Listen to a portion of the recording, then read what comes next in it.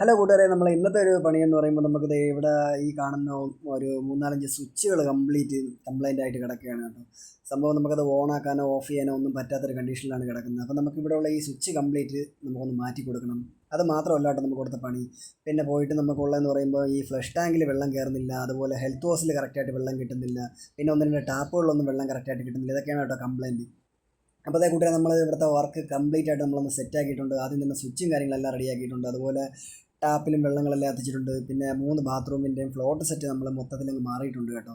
പിന്നെ അതുപോലെ തന്നെ ടാപ്പിലെല്ലാം കറക്റ്റായ രീതിക്ക് വെള്ളം കിട്ടിയിട്ടുണ്ട്. ഹെൽത്ത് ഹോസ് കറക്റ്റ് പ്രോപ്പറായിട്ടുള്ള വെള്ളം സെറ്റാക്കി എടുത്തിട്ടുണ്ട്.